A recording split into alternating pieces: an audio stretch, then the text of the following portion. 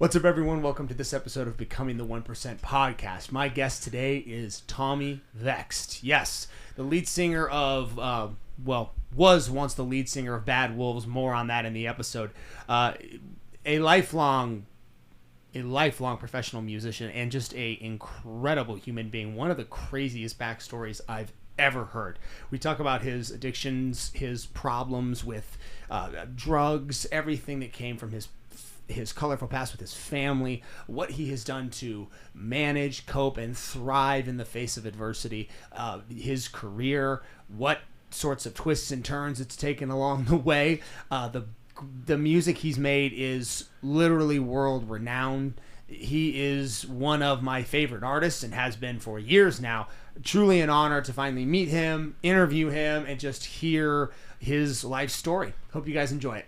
This episode of Becoming the 1% podcast. Entrepreneurial. We got some really big things coming. You have to have the willingness. It's an A or B. Try and use it as a tool. This is phenomenal. All details make up a person. It's what we believe in the industry. Thanks for coming on, man. Seriously. Thanks for having me. This is a very impressive. You built my dream man cave into a whole building, right? Thanks, man. Yeah. I appreciate it. I'm like, you got everything. Yeah, you let slip at the beginning of this that you're a comic fan. Oh, I didn't know that about you. Oh yeah. I didn't even So I grew up in Brooklyn, and my dad was a janitor, and for the first couple from my childhood, my dad was sober. He was actually sober for almost 20 years, and then he relapsed when I was like around 13 or 14, which is when I started getting in trouble. But on payday, my dad would take us to Hero's Hideout, and we would go, and he would be like, all right, here's like $3. And then back then you can get a couple comics for that. Yeah. And he would get us paper from work, from like the computer printer paper, and we would draw comic books together. And that was the artistic thing that me and my dad did, right? So I was super, super obsessed with comic books and the storylines, and I loved Wolverine, and I'm still waiting for them to make a real appearance of Omega Red. You know what I mean? Like I have like all those like Weapon X characters, and I loved Logan. I didn't like, I feel like a lot of comic truists where I really didn't like what Sony did. It was really great. Like I loved what Marvel did. I loved the Specifically, Avengers. You did not like with Hugh Jackman? No, I love Hugh Jackman in Logan. Yeah. I'm very excited to see Hugh Jackman in Deadpool. Right. Ooh, but yeah. they never gave but this is a perfect example of censorship and the watering down of art in Hollywood. So I used to be like, Hugh Jackman, until Logan came out, and I was like, oh, they actually have to give these actors a script that they can actually dig themselves into, right? And it's sort of similar to being a singer. You can have a good voice, but if you have a shitty song, it doesn't matter. It doesn't hit you the same way. It doesn't connect. And so I feel like, I have my there was some Hulk movies that you're just like, dog, like, you got all this CGI, and I miss Lou Ferrigno, you know what I mean? Yeah. So there's a couple especially the Hulk movies. Yeah. And I love Ed Norton, but him and Eric Bana, I just feel like they all missed. The Hulk has not been given really that good of a show. I think the Ragnarok film was probably the coolest. Probably. Yeah, it was the coolest Hulk. I also actually take issue, which a lot of people do, of how easily the Hulk was beat by Thanos. By Thanos, right there in the beginning. I mean, like we have to think about, I don't want to get into conspiracy theories this early in the show, but Let's run it. They did throw the Hulk through a fucking building. They dropped a straight up skyscraper on him, and he was still awake. He was fine. You know what I mean? Like Thanos knocked him out in 5 minutes. Yeah, he hit him in the collarbone. I was like, that's it? That's all it took? I feel like they did it because they needed to somehow solidify how strong, because it was the first time we see Thanos in an action sequence on the big screen. So they needed to do something. And what more can you do other than have him beat the shit out of the Hulk? It's like when a dude walks into prison and needs to prove himself. But here's the thing. if they really had that fight on that ship, there would be no ship. Like, I'm not saying Thanos couldn't beat Hulk, but you're talking about two forces that are, theoretically more powerful than a nuclear explosion. It would create a Grand Canyon if they fought in the Sahara, right? Just the amount of ground destruction from impact on each other. So and I'm like,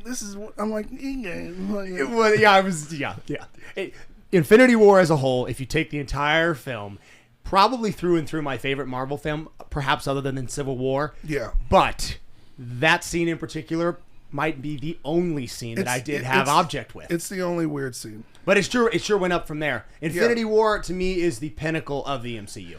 After that, it all, even with Endgame, I'm the rare guy who I did not all the way love Endgame the way everyone else did. I feel like it was still good. You know what, Endgame, the only thing missing from Endgame was the X-Men. Oh. And Silver Surfer. And that is, going back to what you said, they had the studio. The studios have not allowed that crossover to happen at all. Yeah. And everyone wants it. Everybody wanted to see that. I mean, Cosmic Spider-Man, I think that might happen. I think it will too. Because you saw the end of first of all, the Venom movies. Venom is my favorite anti-hero, right? Yeah. Yeah. So they don't really Eddie Brock also is like a struggling Christian.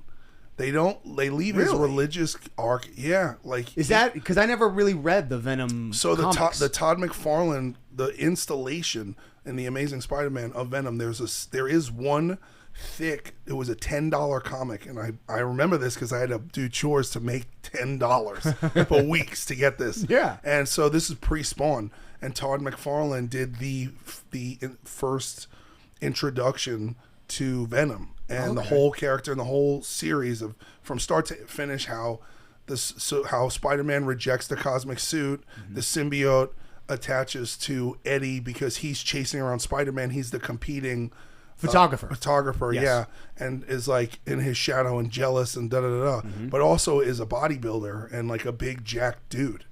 So he's struggling with his own issues, and then Venom, and then that whole thing happens. And he's a bad guy till he becomes Lethal Protector when he gets his own comic book run, and then him and the Punisher go at it, and then they actually join forces.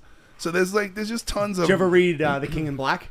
No. The comic The King in Black? No. Bro, read that one. Okay. That's where the god Null, the symbiote god, comes and takes over the Earth, conquers the X-Men, conquers the Avengers. Oh, very and I don't want to give anything away to you because you haven't read it yet, but Venom and Eddie Brock play a pivotal role in the story arc of that entire. It's one of the best comics that I've ever read. Really? Yeah, and it truly does. It's a worldwide catastrophe, truly all over the entire world. The god Null covers the Earth in the symbiote substance. Oh wow! So everyone has to team up. You got Blade going and getting the vampires to help. You got Aquaman, or not Aquaman, excuse me. Namor is coming in. He's bringing it literally, and he conquers all of them. So they did a good job. They did a good job. I did not like the Wakanda Forever movie, but Namor you like Namor, yeah? I think they did a good job with him. He was pretty.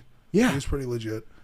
Yeah, I'm loving how this started. Well, it's my kind of podcast, man. Yeah, he can't be submersed in all this and not, not say anything about it. It's so great that it had such an impact on you, so early on in life as it did with me. Transitioning to your experience as a youth and what happened.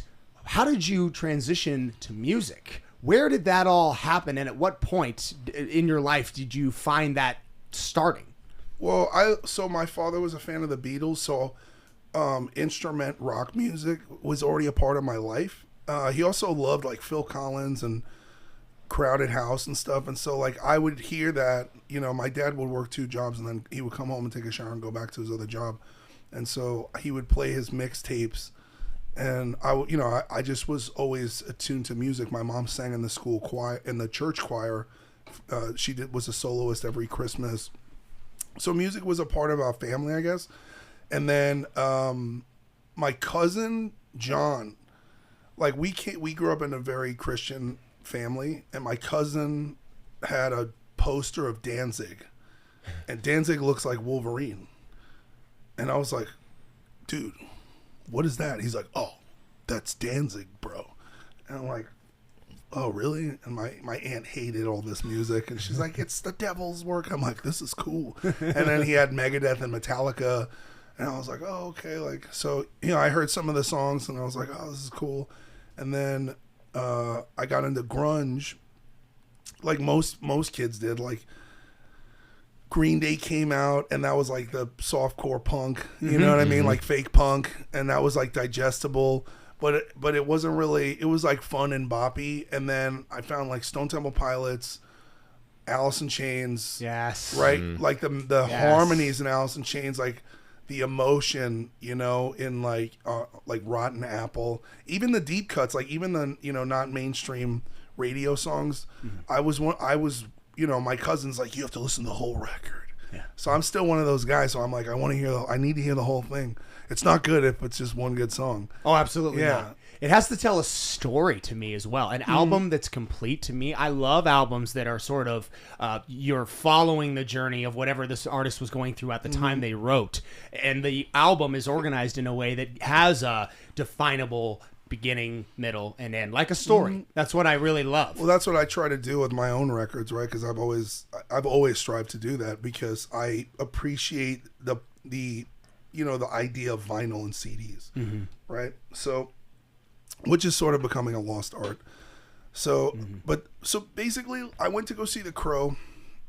And I was obsessed with The Crow comic book, and then the movie, and then I was just saying, you're talking about the movie, and then Brandon Lee got killed, and it was a big tragedy, and there was like a naked woman scene, and my friend Matt's mom, we couldn't go, right? We went to get tickets, and we're like, oh shit, it's rated R.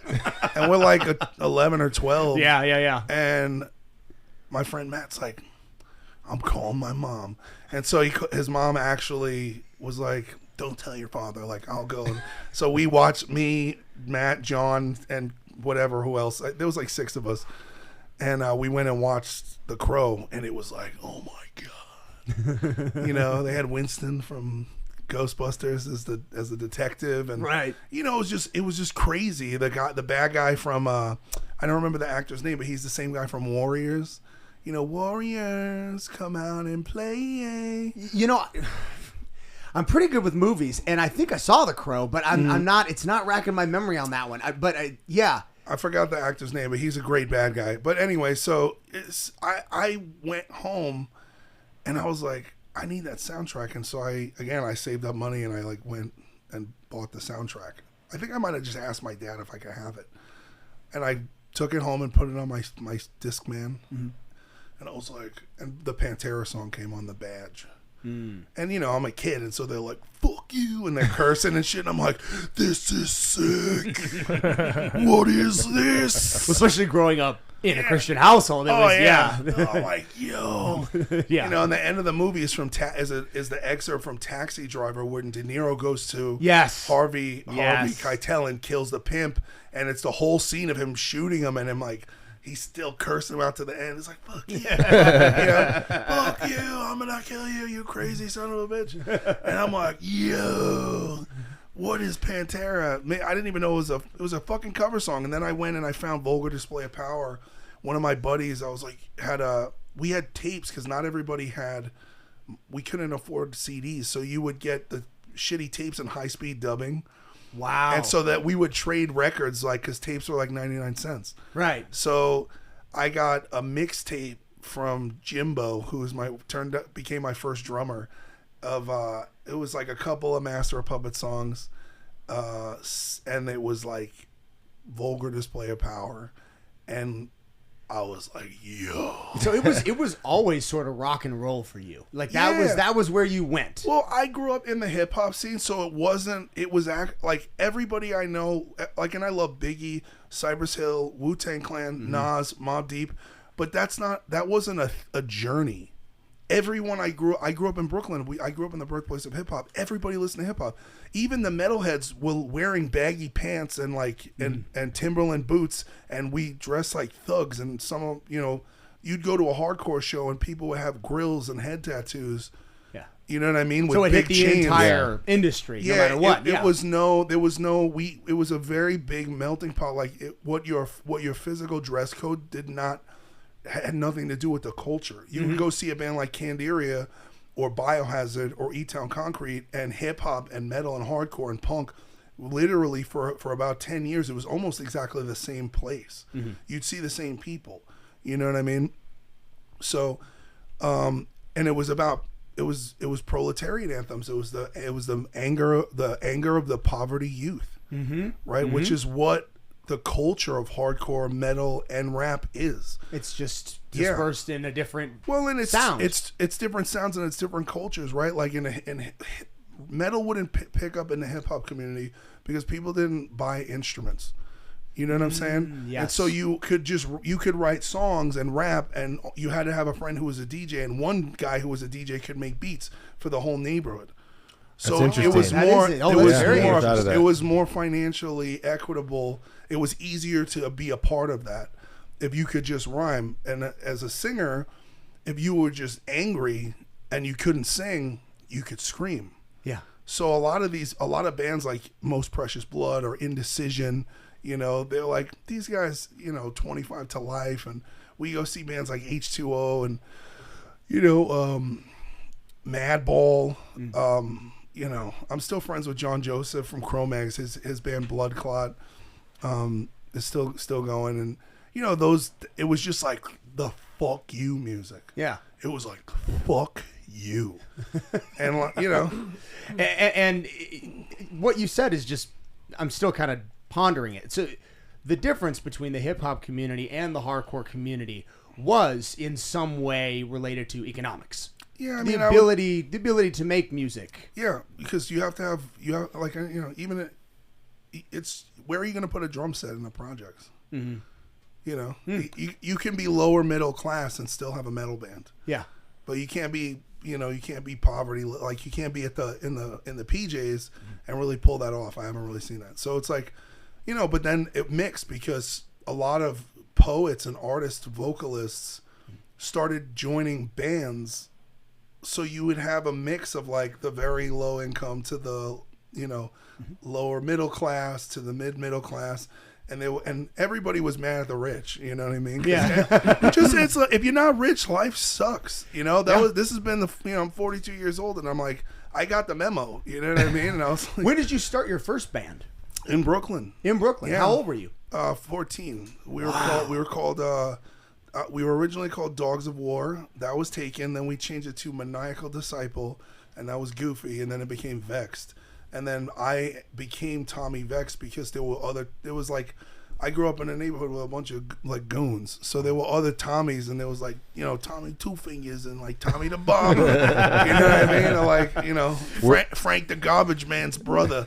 You know, it's like we just had Sammy the Bull on. Yeah. So there you go. Yeah. That's a I'd love to sit down and talk to that guy. I'm yes, like, I got questions. Oh, dude, his stories were unreal. Yeah. I think I said maybe 10 words the entire episode. The guy was just a storyteller. Tommy, your attraction to this type of music, though, did it derive from your upbringing and like where you came from as a person, or did it come later on? No, I think it's just, you know, it's like there's one part of being like looking for your people. Like, I wasn't cool, right? I like comic books. I was a fat kid. Girls didn't like me. I got picked on a lot, you know. And then, even though I lived in Brooklyn, I went to an all mixed school. My birth mother was a junkie, and I was adopted, and I was abandoned when I was born. Oh. So I grew up with two white parents, very confused. Like, I'm like, huh. You know, and then it was cool though, because my cousins were also, I have two cousins who are Black, Puerto Rican, and Indian. So, you know, in my family, we were a very mixed race family, right? And even after my mom and dad divorced, you know, my dad married a Cuban woman and my mom married a Jewish guy. And we had no, like, my parents never, they're like, they don't see race, right? They, you know, there's no race in the kingdom of God, and we're all God's children. And so, but when you go outside the house, there are some people who have different ideas about that. And so, I'd get into fights and like I was angry that I didn't fit in, or I felt very isolated. And those are probably internalized things, from being picked on. And it was cool being in a band. Now I was like, it's not just me, it's like me and these guys. And then people are like giving me positive attention for screaming and yelling.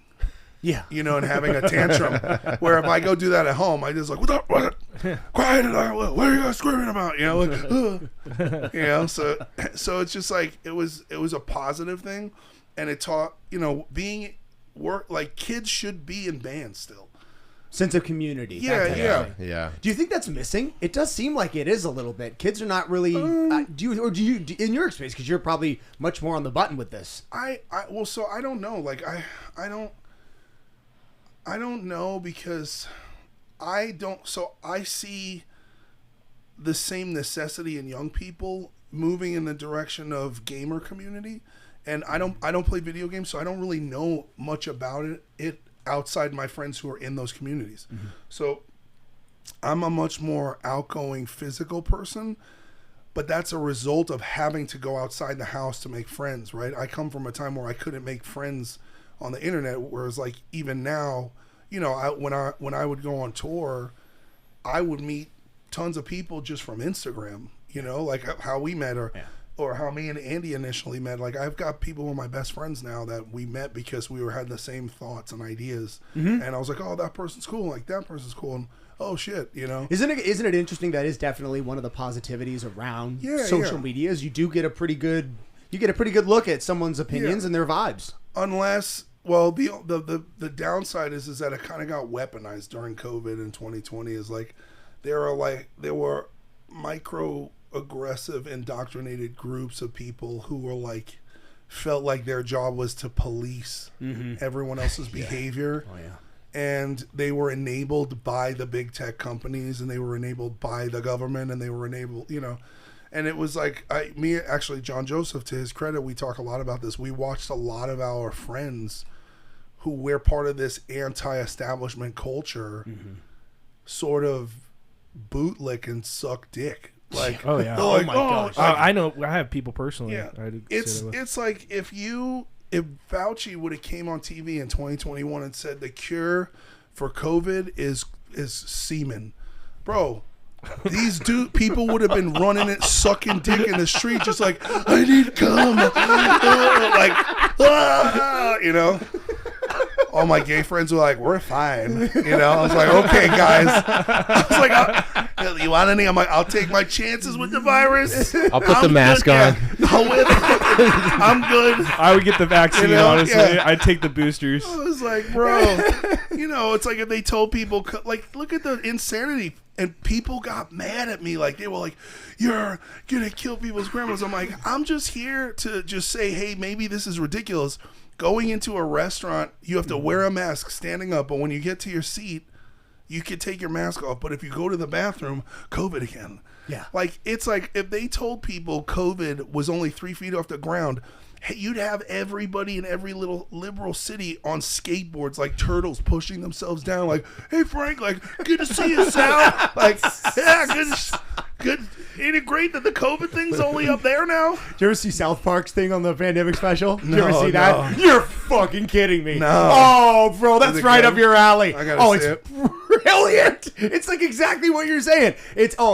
I'm not even going to give anything. The South Park pandemic special. Watch it. Pandemic special. It is very interesting, the point you just touched on, which was that musicians, and specifically, rock and roll, was always a anti-establishment. Fuck you, I won't do what you tell me. Stick it to the man. Stick it to the man, Neosis, all that stuff. Yeah. And it seems like, just Rage Against the Machine. You weren't allowed into their concert without a mask and a vaccine. And then they got that song they're going to sing out there. They have the nerve to sing that song. Meanwhile, they are bending over for the establishment at the exact same time. Well, you had a lot of people doing that. Tom Morello is an excellent guitar player, but this dude is not who he did not grow up poor. They're not proletariats. They're pro-communist because communism is a mousetrap. Communism is a mousetrap that rich people give to poor people.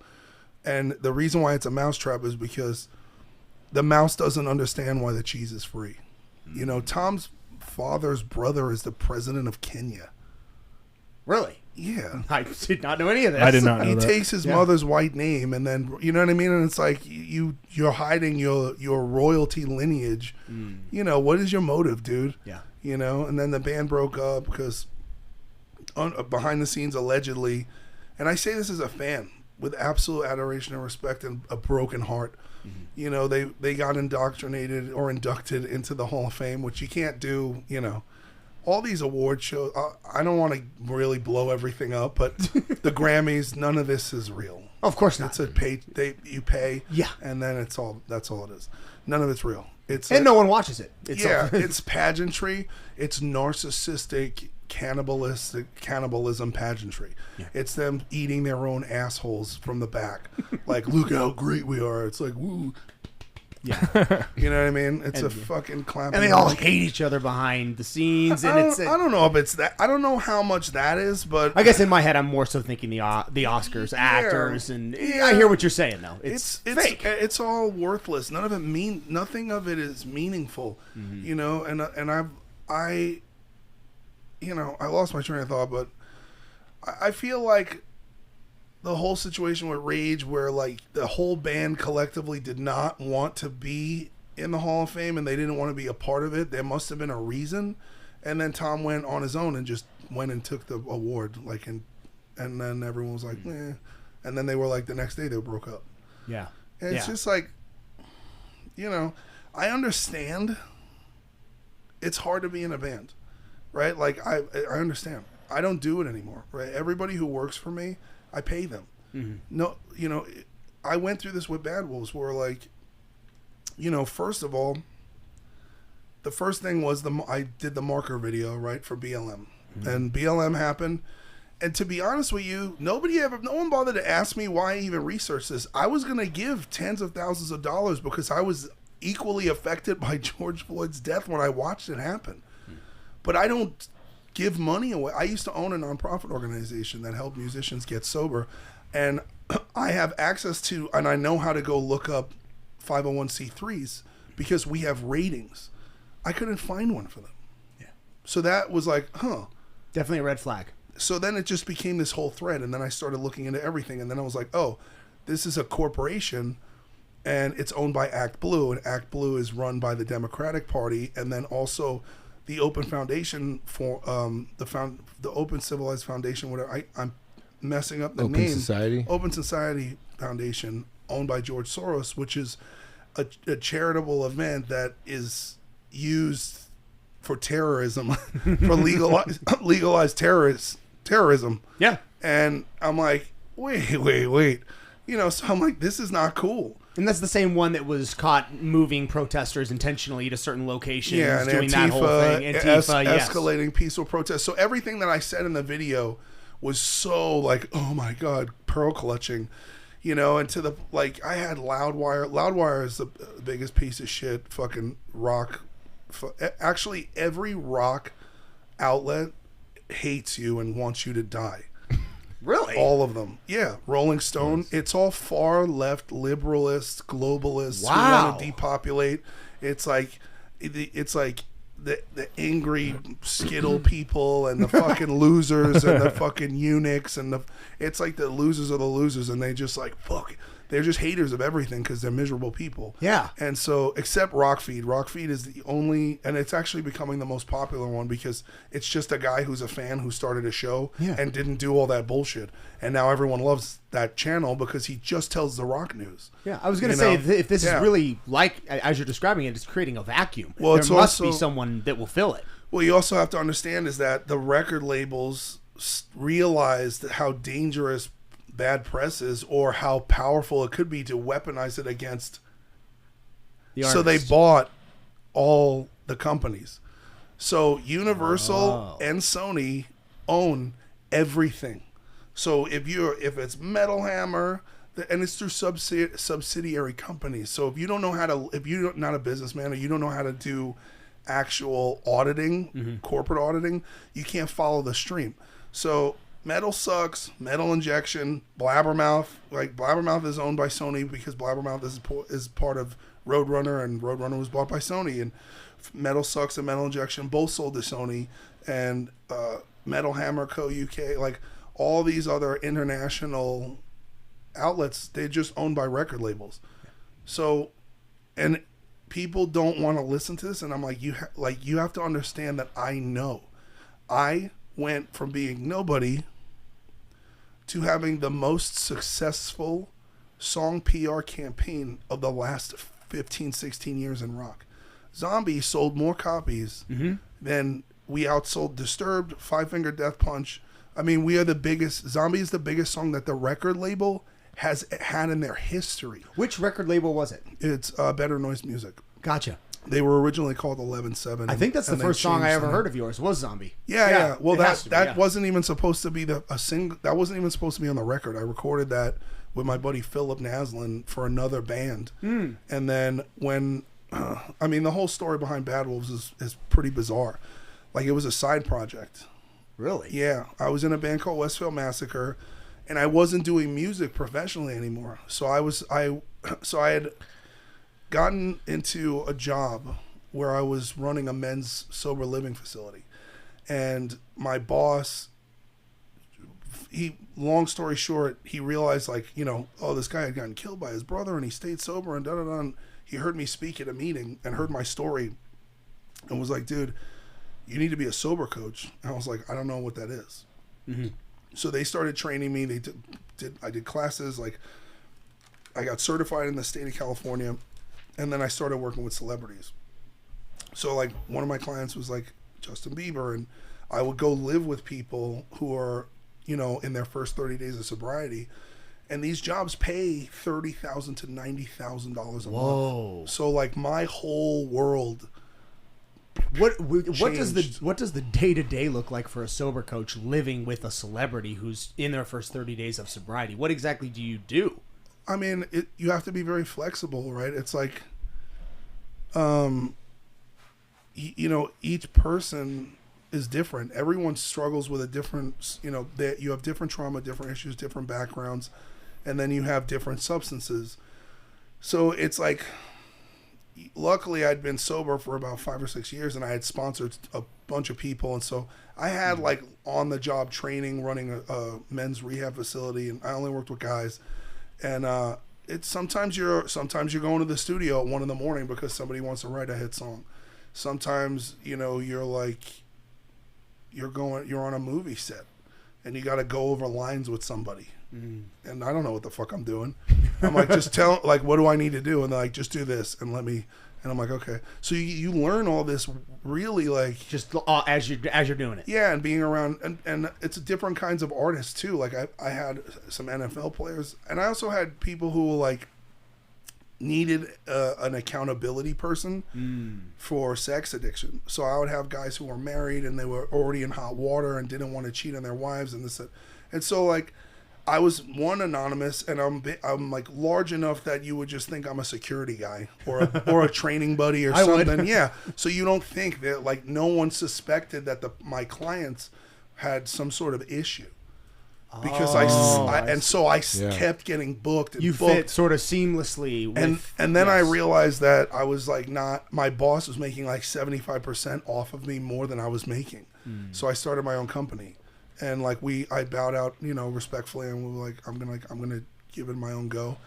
And then I started doing it on my own, and yeah, like it was a game changer. And you know, like I wanted to make a record with my buddy Bill and Tim, so we made a band called Westfield Massacre, and I paid for the whole thing. We recorded the whole thing, and then I'm friends with the guys in Seven Dust, and they were going on tour, and so I was like, hey, can I buy on the tour? I'll give you $20,000. But I didn't have a band, and they were like, sure. So then and then I had a friend who had an independent record label, so we scrambled to take photos, put these guys in a room, rehearse, and then jump on a tour with Trivium and Seven Dust. And Bad Wolves was born. Well, no, that was Westfield Massacre. Oh, okay. Yeah, and so in between tours, I got a call from Five Finger.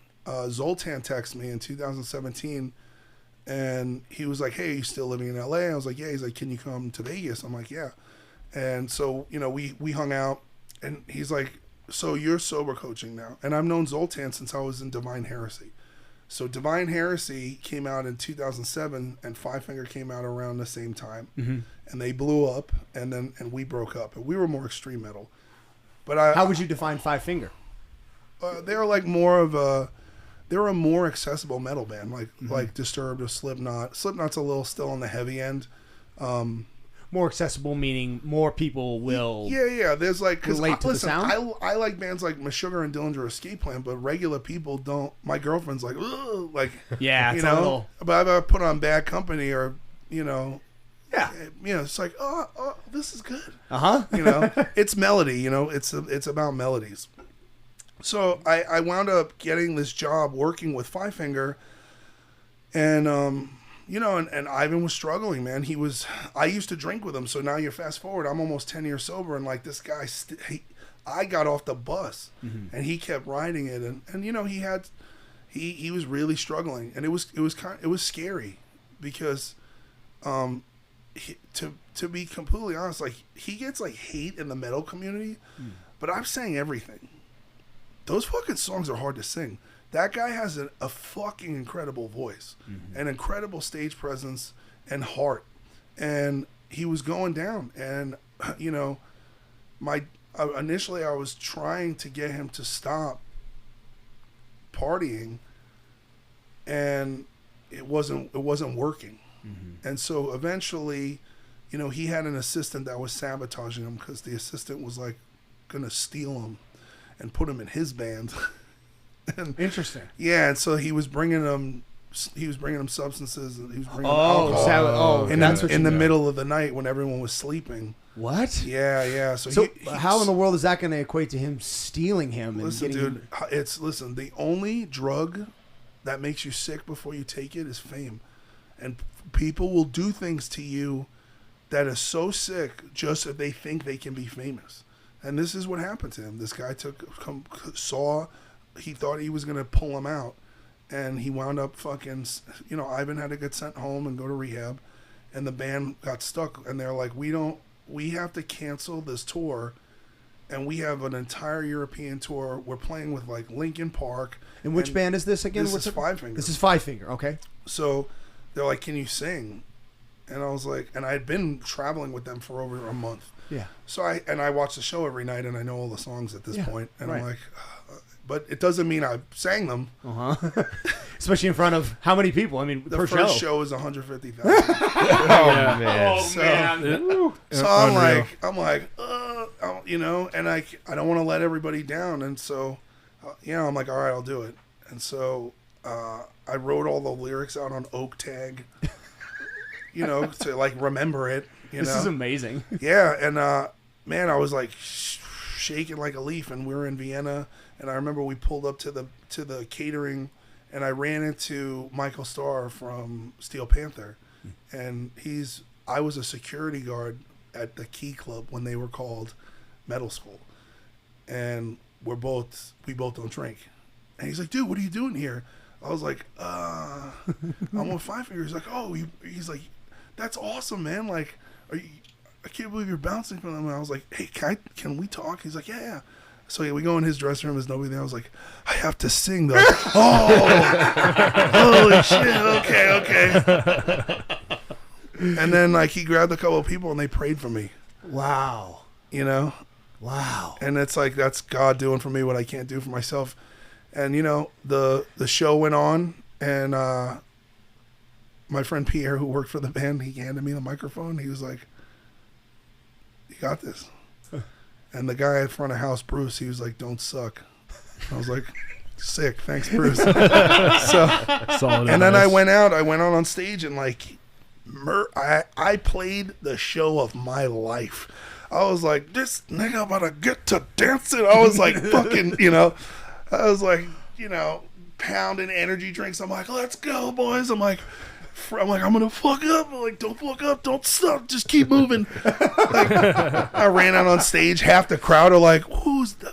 How? And then we're in fucking Austria, and they're like, Ivan, he's block, like, you know, like, what is this? And by the second song, I had him. Yeah. Everyone was like, yeah, like, Right. I was like, okay, cool, we're cool. So we got through the whole set.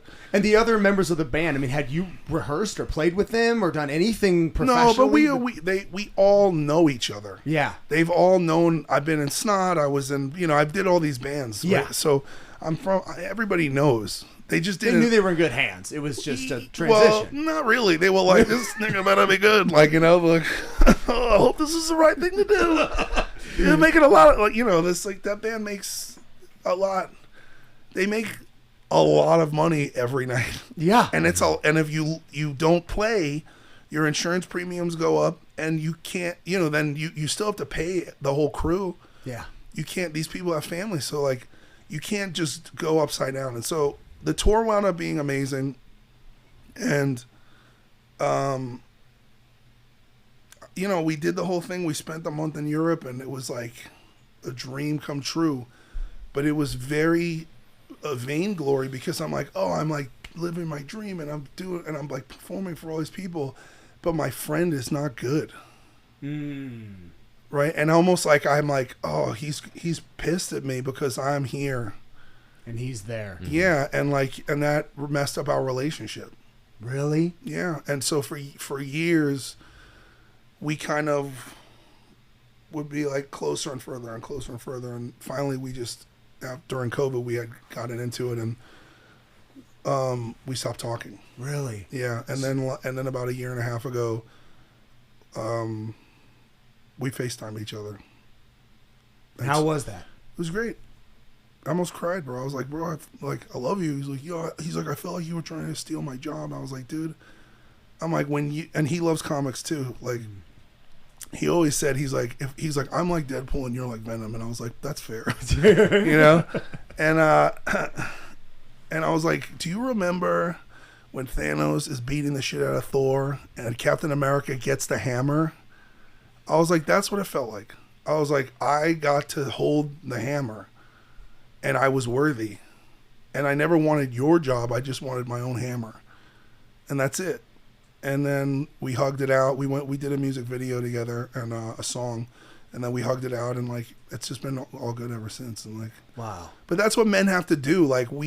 You can't allow. And there were other things I had my part, he had his part, and that's the reality. Is when you're sober, it's, it doesn't feel good to be in conflict with people for long periods of time. There's no point in holding on to a grudge and I'm glad that and among many things that had happened as a result of the pandemic and who I voted for and stuff have all sort of mended over time. Mostly because I was saying things that people thought were crazy because I was, anybody who was questioning the lockdowns, you're going against trillions of dollars of advertisement, right? And you're just a little voice against an ocean of money. And your voice is by no means little. Think about the truly little voice, the average guy in a normal job who is losing his job now because maybe he voiced the wrong opinion that day in the staff meeting, which is not American. You know? So not at all. Yeah, we've it's been a reoccurrence in the discussion we've had here today, the concept of sobriety, the concept of drug addiction, everything that you've done to overcome your own addiction has been truly incredible. Can you please speak to that? How did that impact your life and what made you get sober? I didn't know till I was older that I was my birth mother was a drug addict. So by the time I was 12 or 13, when my family started breaking up, I started using. So I was experimenting and rebelling, and then I was pretty much drinking and using by the time, regularly by the time I was 15. And my brother suffered from severe mental health issues. He was in and out of mental institutions till he was 18, from 11 to 18, all throughout puberty, extremely violent. The mental institution, the people at Holliswood told my parents that he was probably going to be a serial killer and they can never let him out. And my parents were like, these people are crazy. They don't know what they're talking about. And then they brought him out, and so, my brother's been kind of struggling his whole life. And, so it wasn't something new. It's just, I pulled a Geographic. I thought that. First, I thought it was cool to be a drug dealer and a gangster, and then I almost got killed because I was fucking around with the wrong people, and I got hit by a car, and 4 dudes got out with a gun and baseball bats and beat me and my friend James almost to death. And I was like, yep, not doing this anymore. And then I got a job doing construction, and I met my ex-girlfriend and moved out of my neighborhood and kind of gave up cocaine, but I was still an alcoholic. And then I worked in the city. I was a bouncer or like a concert security guard at a bunch of different venues, and that's how I found out about the Roadrunner United rehearsals. So I actually broke in wearing my security shirt during the day to the venue to get access to the bands. And like, you know, I knew Shadows Fall and I knew like a couple of dudes, but you know, Machine Head was rehearsing with the guys in Fear Factory and Slipknot, and nobody wanted to sing. And Rob Flynn was like, hey, do you want to sing my parts? Because I've been following Machine Head since I was like 16 years old. And he was like, oh, Tommy, what's up? I'd be at every show. And I may or may not have used to bring drugs to people in bands when I was a kid. I was like, let me hang out. I got weed and other things. And so I sang, and everyone was like, yo. You know, everyone was like, oh, my God. And Dino was there. And then, you know, he wound up signing me to Divine Heresy. And I moved to California 2 months later. And I was like 23 years old. I had $300. I didn't even have a bank account, cash. And I was like a total degenerate. And I just took myself with me. So then I didn't know anybody. So for a while I was kind of okay. I didn't really have friends. So I got a job working at the Roxy and the Key Club. And then, you know, then I started finding who the drug dealers were. I lived with a drug dealer, and I lived in a squad house, and I accidentally did meth, and then I intentionally did meth. I was like, what is this? I'm like, oh, fuck, this is horrible. I want to die. I'm like, how much is this? This is so cheap. Shit, man. It lasts for days, boys. I can only imagine. So, you know, it's just like, and then I met a girl, and like, she was a fucking heroin addict, and I was like, you're the one, I'm going to save you, and I'm a fucking tweaker, and she got pregnant, and then we both stopped. And then my band got signed. I went out and did my thing. And while I was away, she relapsed on heroin and lost the baby at like just under 7 months pregnant. Oh no! And it fucking destroyed me. And I used the death of my unborn son as an excuse to now drink and use like I wanted to. And so after that, all bets were off. And I got into it with my guitar player. We had always butted heads. I wound up beating him up on stage and quitting the band. They said I got fired, but obviously if I knock you out, I don't intend to be in a band with you anymore. And then I joined Snot, which is one of the bands I grew up listening to, and their singer had died in a car accident on the PCH in 1998. And they had put out one record and a tribute record, and I auditioned. And I got the gig. And now I'm like, literally, you know, when I was a kid, I was like, I just want to be like the guys on the posters on my wall, and then I'll be okay. And then I'm like, I'm one of the guys on the posters on my wall. And we had a photo shoot, and I'm in a picture with all these dudes who were on my wall. And I was like, I wanted to die. Yeah. And, you know, I started out like, yeah, I'm going to train and get in shape, and tour's going to be great. And, you know, it went from like waking up, going to the gym, eating, and then playing the show and then drinking after, to waking up at like 5 p.m. and, you know, taking clenbuterol before I went on stage because I was so fucking tired. And then I couldn't come down from being, you know, high on the show. Mm-hmm. And then I would drink, and then I would get too drunk. And then in order to not embarrass myself, I'd have to get another upper. So I'd either do coke or meth. And then I couldn't sleep, so I'd have to take a Xanny bar. And so it went on like this. It went on and on for about a year of this. And then I finally like ended up homeless. And yeah, I wound up. Actually, I'm going to a wedding this weekend for one of my best friends who he had took me in. And I remember my last drink was not It wasn't glamorous. It wasn't like we were raging and then everything went wrong. It wasn't like the time I went to jail or when I kicked this guy's head in or when I got beat up or whatever. It was, I shit and pissed myself on my friend's bathroom floor. I woke up in my own shit and piss and vomit.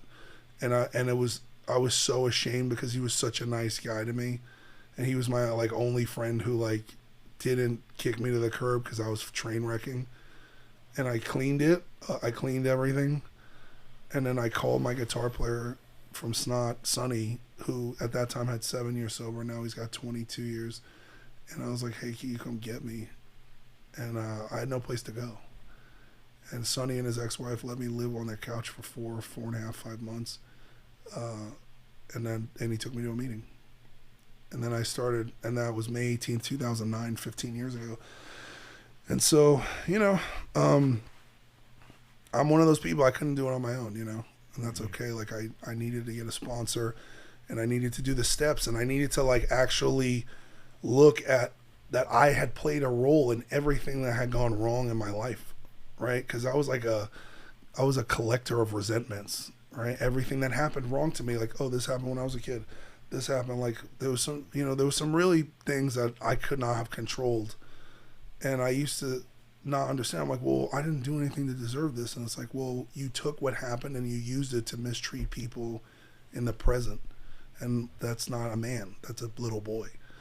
And so I continued to go through this process, and then I got a year sober. And I moved back to New York. And so I wanted to make a living amends to my mother and my sister because they hadn't had, like, I would come home for Christmas and sleep because I was like on a run. Like I'm like, oh, it's Christmas. I got to like sober up. And I would just have Christmas,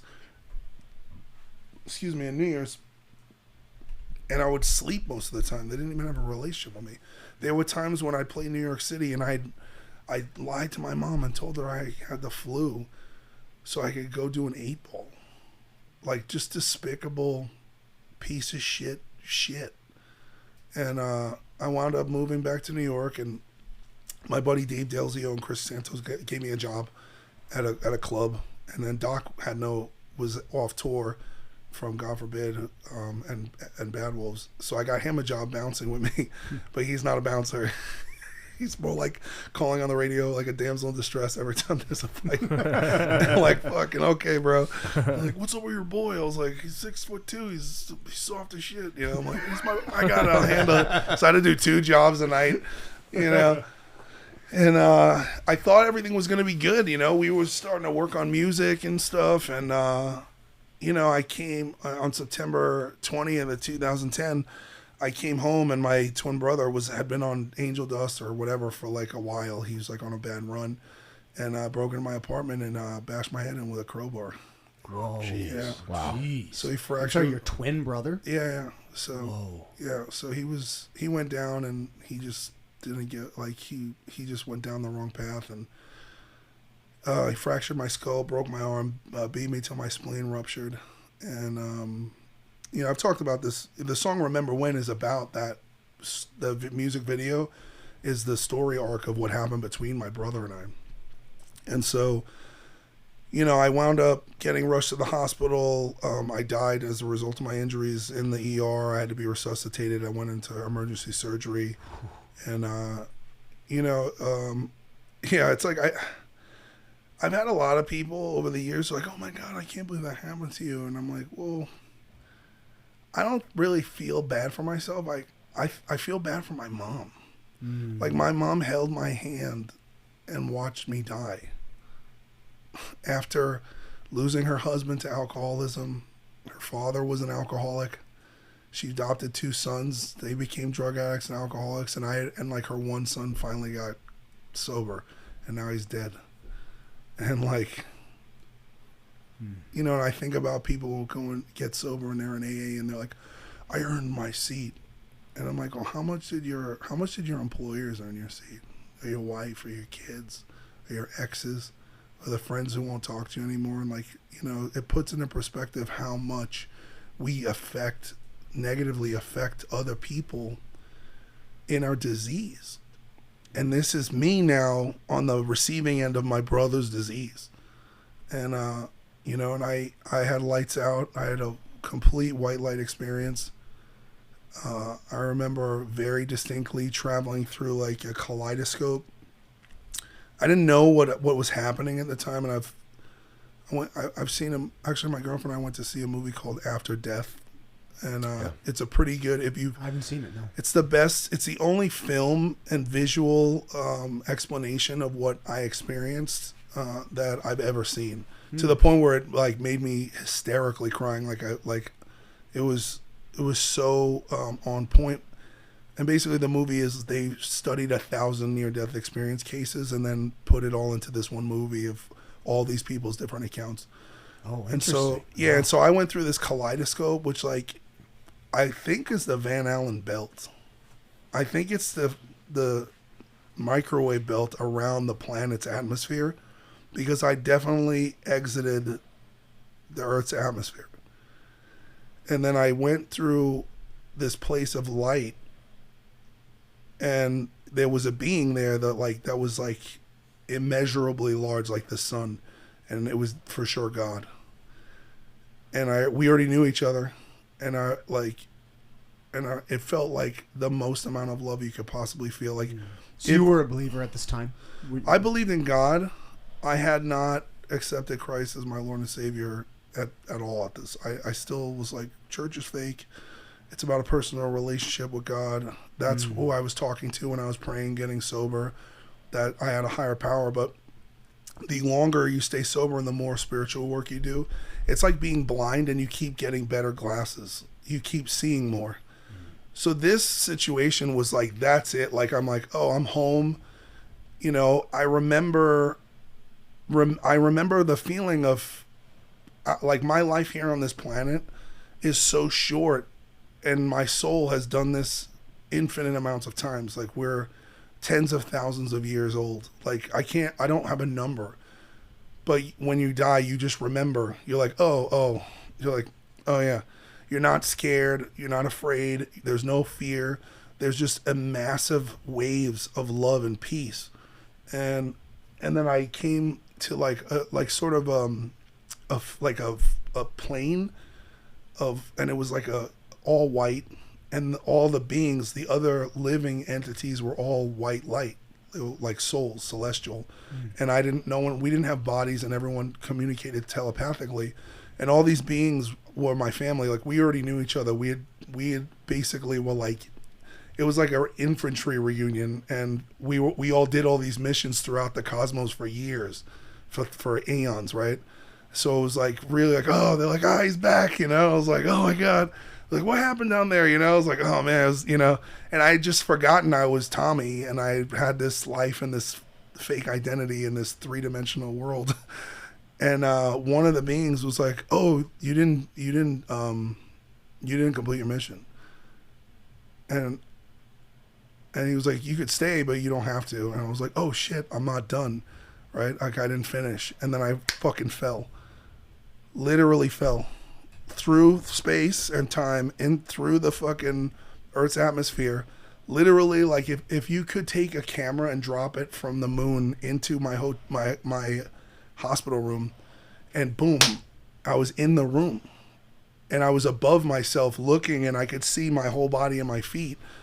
And I went into my body, and it felt like the best way I can explain this, I've said this before, it's like if you have older siblings or like cousins who hold you under the water in the pool, and they do it too long, and then they let you up, and you're like, so I woke up like that, like the full force of life, like, and sat up and was like, you know, like, you know, wow. And it was like, beep, beep, you know, it's like some Weapon X shit. I'm like, I was in a cast, and my head was all wrapped up. Like, I was jacked up. Yeah. And I guess I had been out, I don't know how long.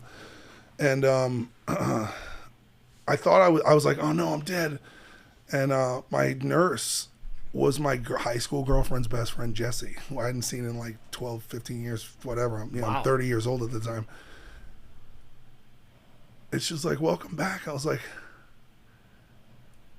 I'm like, what are you doing? She's like, I'm your nurse. Like, you almost died.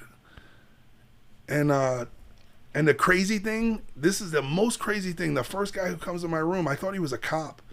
And this guy comes in my room with a book and glasses. He's like, hey, he's like, what's up, Tommy? He's like, my name's George. I'm from Alcoholics Anonymous. I was like, how did you find me? He's like, Sonny called me and told me you were in the hospital. And so, me and my wife had to figure out which one. And I wanted to wait here so that when you woke up, someone from AA was here. I was like, what the fuck? Oh, this is the best mafia to be in, bro. You know what I mean? And like George became my sponsor, and they brought meetings to me in the hospital every single day. And I got discharged from the hospital, and Mia Tyler, Steven Tyler's daughter, she took care of me. And I was too afraid to take my medication, so I gave it to her to give to me every 4 hours. And then I got, I started to recover, and then it was just like, it was just a crazy, crazy story. And it got worse before it got better, but I kept going to meetings. I had to go into witness protection. My brother found out that I cooperated with the police and put a hit out on me. And so, what? So I had a contract out to have me killed. What? Yeah, so I was in witness protection for 11 months. He did this from prison? Yeah, he's an idiot, and his phone call got recorded. So they brought me in. So I actually healed from my injuries, and in this moment hired me to sing backup vocals on the Disturbed Corn tour. And I did that tour and came back, and the police were at my mother's place. And they brought me in and they played me the tapes, and they're like, is this a legitimate threat? And I was like, yeah. And they were like, do you know the voice do you know who he's talking about? And I was like, yeah, but I can't tell you, because if I tell you who that is and you go after him, they're going to kill my mom. So I couldn't do anything. So I wound up spending half the time in witness protection in California on my friend's couch, and the other half in Florida. And then eventually, the Bad Wolf song "Foe or Friend" is about this. Remember When is part one of the story. Foe or Friend is part two. And my brother wound up. He bailed out, and then his arraignment he bench warranted. And then he got high and started calling me, threatening to kill me. Somebody gave him my phone number. And the DA called me, Kevin Allback, to tell me that my brother had bench warranted while I'm in the witness protection program. And I'm like, oh, it's funny. He's calling me right now. He won't stop calling me. He's like, can you merge the call? I was like, yeah. So I merged the call. And, he's like, I'm going to fucking kill you. Like, he's just going off like a tweaker. And because you corroborated with the police. This is his reason for doing this. Yeah, because where we come from, like in his mind, I should kill him. It's a code of the street, bro. You don't cooperate with the police. This is the old drug addict poverty way of thinking.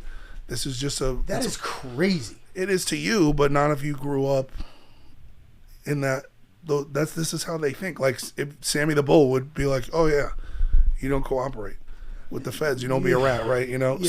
So that's just the old way of thinking. So anyway, they get a writ or whatever, and then bring it to a judge. The feds go after him. They subpoena AT&T. They have to give up his GPS location. They got him in a couple days, and then the dude who was hired to kill me got murdered, and some other thing gone wrong, because that's there's no retirement plan in that line. No, not at all. You know what I mean? You either get busted or you get dusted. Like that's kind of how it goes. And then I testified against my brother, and he got, what did he get? 17 or 18 years. He pled guilty. He tried to attack me in the courtroom. It was very what? Yeah. And then he went away. And then I went into I got super depressed. Like I got suicidally depressed because I was like, first of all, I was on survival mode, and so I had like severe PTSD from being. I mean, it's not a cool thing to like have to look over your back all the time. Mm-hmm. Like it causes paranoia. It's like, everybody that looked like him, I'd be like, well, he's a little bigger than me, but it's like. He's fat, and so it's like any big bald fat dude like I'd see from the back, I'm like, oh shit, this is it, so it just took its toll. And then I felt shame and remorse that I had put him in prison and took 20 years of his life away. As weird as that is, because he's survivor's guilt. But he's your blood. He's my brother. He's like my first best friend, and we were born in this world. He's the only other person that knows how shitty this life has been, because pretty much everything that I went through, he had to go through too. And like, but the thing is that there was this pain of like, me, dog, like, you try to kill me? Like, fuck, dude, like, my life wasn't worth it. Like, fuck did I do to you? And then, and then I tried to commit suicide. So I stopped going to meetings. I stopped going to therapy. And I remember I packed up, I put a suit on my mom's spare bed, my work suit for like my security job. And I put a note in the pocket, and I went to the train station to jump in front of the train. And as the train's coming to the station, I got a phone call from an unknown number, and I don't know why I answered it.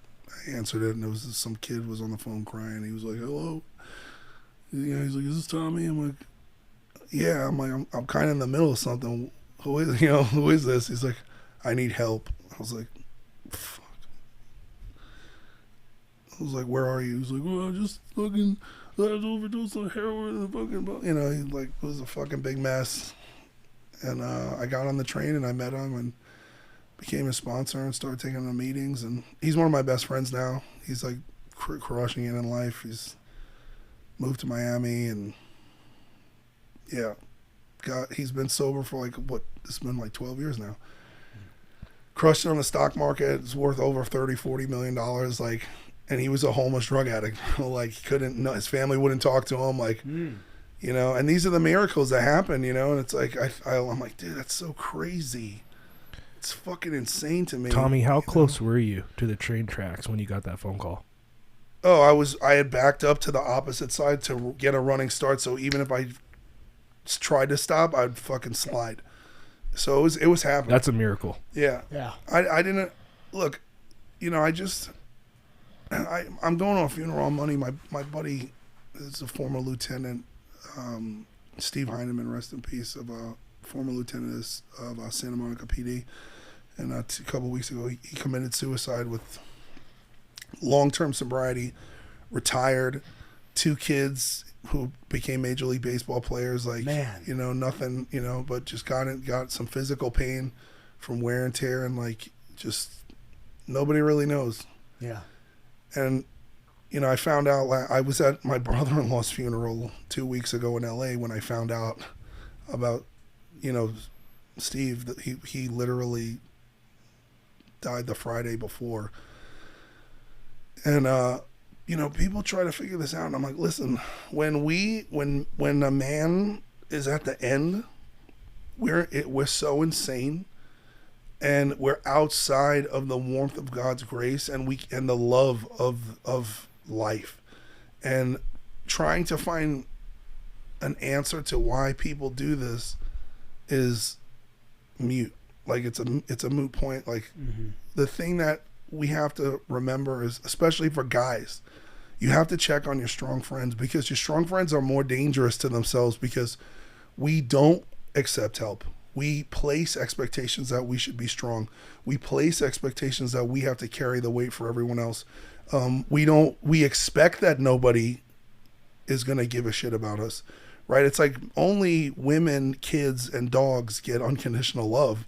Men are loved for we are loved to the direct portion of what we can provide in society. Rock said something about that. Yeah, it's exactly what Chris Rock said, and it's very poignant, and it's something that we as men accept, but we also need our tribe, and we need to be able to talk about it together, and we need to know that at least in this space, we're not alone, and that it's the feelings will kill you. Yeah.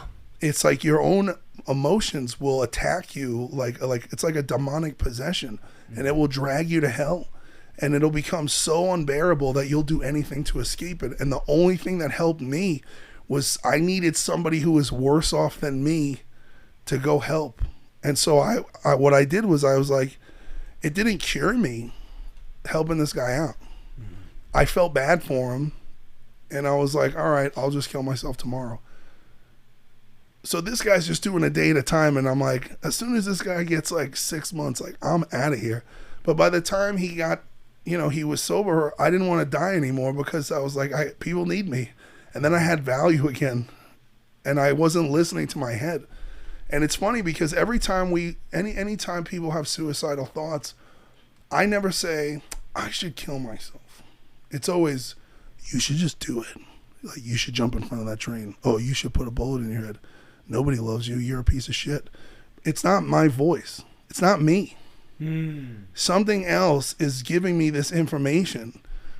And you have to ask the question, am I under influence? Am I under direct negative spiritual influence? Right? Because you can't tell me. Do you believe that in died. that moment that you are? Yeah. Listen, I died, and I went to a spiritual realm as a conscious being and interacted in the next plane of existence. So if there is benevolence on the other side, the rule of reality is everything has to have an opposite. So there has to be negative. So I started to look at it as like, well, if I can't live with myself, right? Like Eckhart Tolle talks about this. Who is the I and whom is the self which I cannot live with? And do I have spiritual passengers? Do I have a parasite? Right? Like all different religions, they could be called demons, they could be called this, they could be all that. And it seems like, and I noticed this, people during COVID were very susceptible fear. So in a lot of cultures and Native American, African tribal cultures, their negative entities feed on pain and fear. So if you're in a panic state or a misery state, that's actually food for these spiritual negative entities. Interesting. And so you're more susceptible to the whispering influences of lower fourth dimensional frequency beings when you're afraid. When you're afraid and when you're depressed. Hopelessness, despair. Yeah. Right? Yeah. So when you start and I've been in years of therapy, PTSD therapy, neurofeedback. I'm a huge proponent of it. I think it's amazing. Good. I think that just going to sobriety is the first start, and I think getting some time under your belt is good. And I think therapy is amazing, and I think that there's a spiritual component too. And so I'm not one of these people. I found a different relationship with Christianity without church, where it's understanding the word, understanding the life that Jesus led. And look, if you don't have, like, there's the Geneva Bible and then there's the King James Bible, and the modern Bible has a lot of things changed in it because the modern Bible, King James, did not want the people and the congregations to have power and self-governing will because it challenged his power. But the older text, the unedited text of the Bible, especially in Mark, and they're talking about doing spiritual battle, and also our responsibility as Christians is the leaders of this world are working on behalf of evil because that's what evil is attracted to. Bro, like, it's power. Yeah, they want power. Like, if you have $1 billion, you got different problems. You got 10, $20 billion, you got different problems than the rest of us. Yeah. So, and if you're miserable and you have a lot of money and a lot of influence. I was about to say, in your case, you have fame, you have notoriety, you have people know you around the world. Well, I wound up doing deliverance, and it was explained to me that by strangers who didn't know anything about me, that there were assigned spiritual attacks to me. You ever read the Screw Tape Letters? No. Oh, you should definitely read that. C.S. Lewis is a brilliant author. Yeah, I know the author. Yeah, The Lion, the Witch, and the Wardrobe. The Screw Tape Letters is one of my personal favorites. I read it as a child, but really? I didn't quite appreciate it until I got older. I reread it probably around the time I was 26, 27. Okay. And what the book entails, it's a fictional book written around real spiritual attacks, and it follows the premises that you're basically proposing, which is that every person of means or influence on this earth has an assigned demonic entity placed on them, and it is the job of this entity to deter you, to deter you from following the path of God and and it will finding spirituality. It will use other people around you to sabotage you. The biggest issue that this thing apparently had was I was telling people I was telling people about my experience dying and that God is real and that we don't have to be afraid. Because without fear of death, there's no mechanism for control. If lands and nations were built and conquered on the blood of people who had no fear of death, because it was considered glorious to give their lives for the cause of their nation. Men who have no fear of death cannot be controlled because you can't take anything from us. Even you look at the amount of, dude, when I started talking about the truth on social media, it was beg, steal, borrow, anything, threaten. I was threatened to be killed. I was like, my ex-girlfriend who cheated on me with A-Rod while he was still in a relationship with J-Lo, who was like abusing drugs while taking steroids, and also physically violent against me, accused me of domestic violence. So she, I remember this. Yeah, I remember this. So Whitney, what she did was she did not want, in her delusion and her mental illness was like, there's like, she did not want me to tell the truth. So what she did was she basically tried to get me arrested. I'm like, okay, cool, we'll go to court. They're like, how did this 260 pound, 6'1" man beat you up and you don't have any, there's not a picture, not a mark, not nothing. They're like, and then you said this happened on this date, but then you went to Sweden with him like first class and then stayed on his tour throughout Europe and stayed in Paris and did photo shoots and all this lavish stuff. And like, why did you go to this place with them if you were afraid for your life? And then it wound up getting thrown out. So then she got mad, filed a restraining order, which I never talked to her again. She swatted my house. She called my house and said I killed myself. What? Yeah. And I wasn't even home. This is all during COVID, so I had to move twice. Was this? I was going to say, when was this? This was during the lockdowns. Yeah, so I just kept moving. Then I finally moved to Orange County, and her lawyers contacted my lawyers and said, if you give us $100,000, we won't move forward with a restraining order. And we were like, fuck you. So we went to court, and then I found this guy Latham, she falsely accused this dude of rape. He lost his record deal in 2016. He was a rapper. There was no evidence. There was no nothing. And then she did a couple other things. She got a guy who she was sleeping with at work fired from his job. Then she went and tried to get chicks like I had banged in the past to come go to court with her, and she tried to Harvey Weinstein me. And all of this is because you were talking about your experiences with death?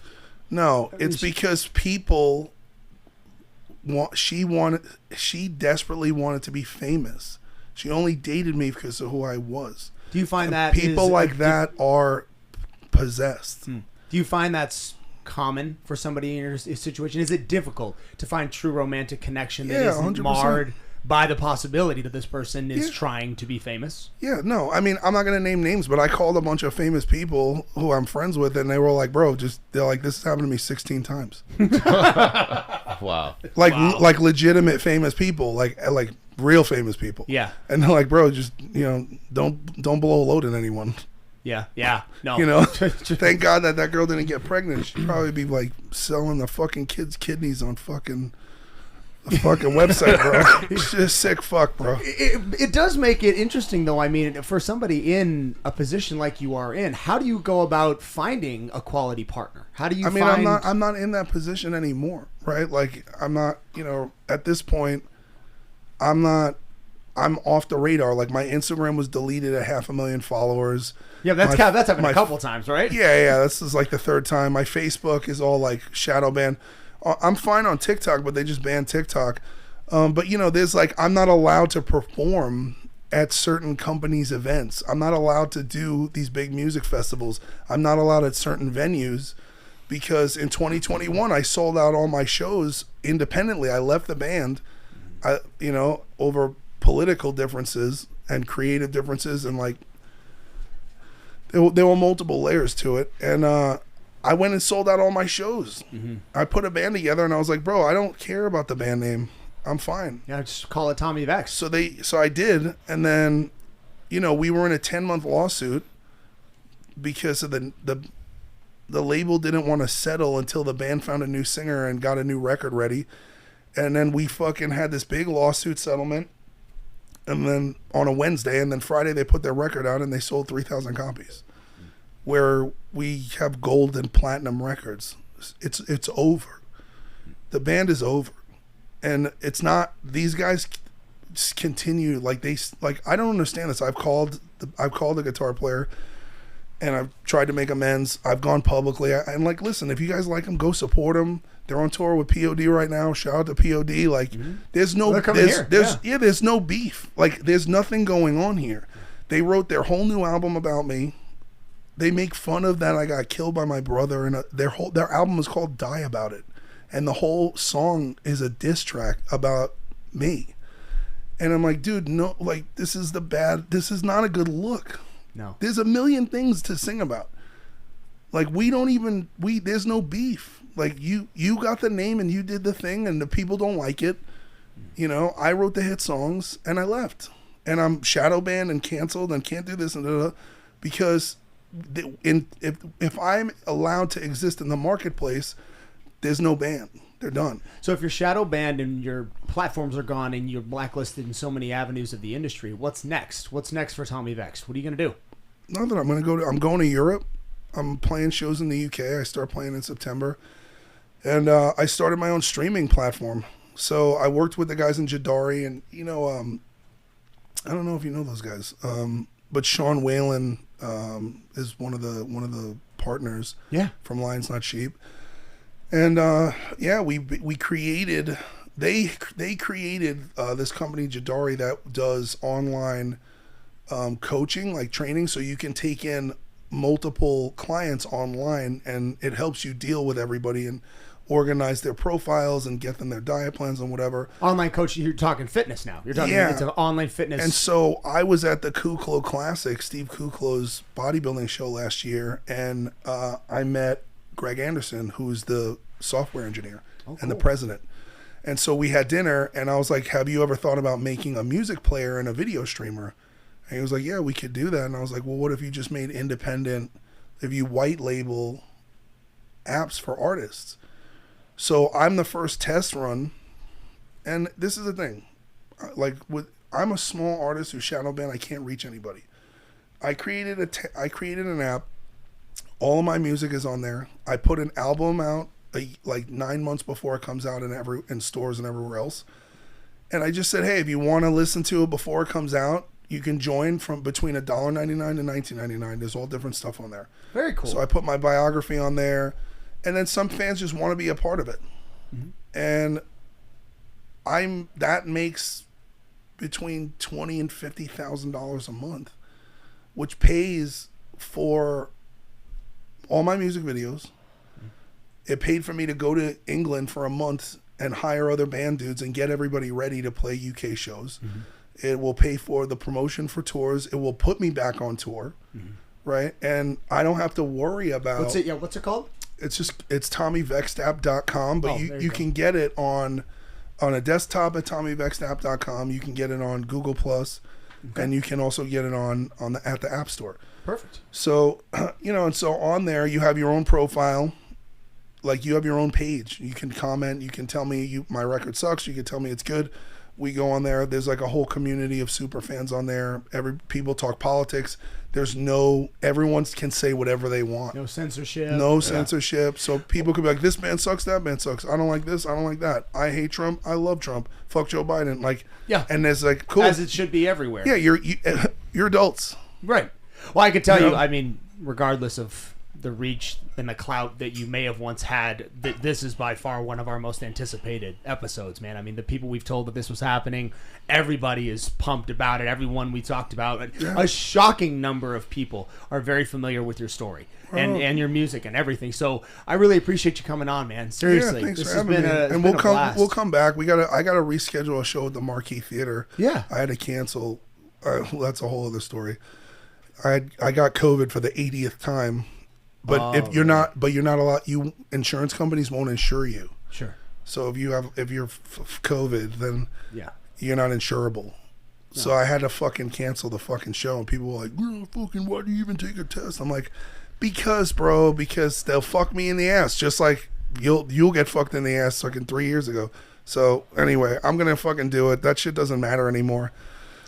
And I had some of my fucking best times out here, man. I love it. You're moving to AZ pretty soon, yeah? Yeah, pretty soon. That's so sick, in the next man. couple of months. So Vegas has exciting. been good to me, but it's time to fucking out into the even deeper desert. the deep desert. Yeah. Well, yeah, man. We gotta. There's so much we can do. We do some training. We got a whole community going on out here. We do hikes, all kinds of. I gotta stuff. lose like 12 pounds, so I'm gonna get by September. Give me a week. All fat though. Yeah. Anyway.